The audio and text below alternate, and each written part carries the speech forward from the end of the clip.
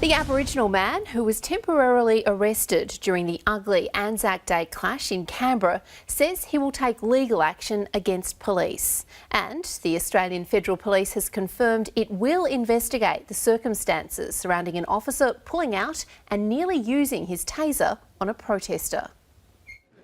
Former submariner Fred Hooper wanted to mark the frontier wars and lay a wreath on ANZAC Day. But police didn't let him, saying he was breaching the peace. I served this country. I'm just telling you now. I served on behalf of all the blackfellas as well in this country. Okay, and I'm not allowed to march. You're the one who's causing the problem. I'm not allowed to lay this wreath.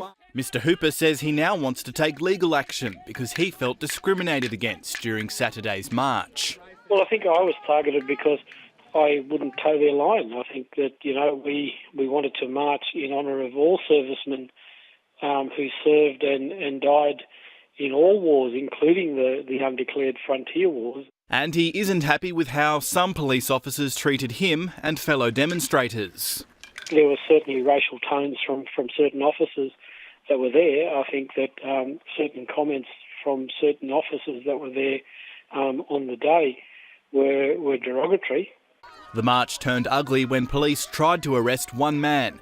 One officer nearly used his taser, and the AFP says it's now reviewing what it calls its use of force. Fred Hooper says it doesn't need to happen next year. The RSL, which took charge of this year's parade, just needs to recognise the violence between settlers and Indigenous people and commemorate it on ANZAC Day.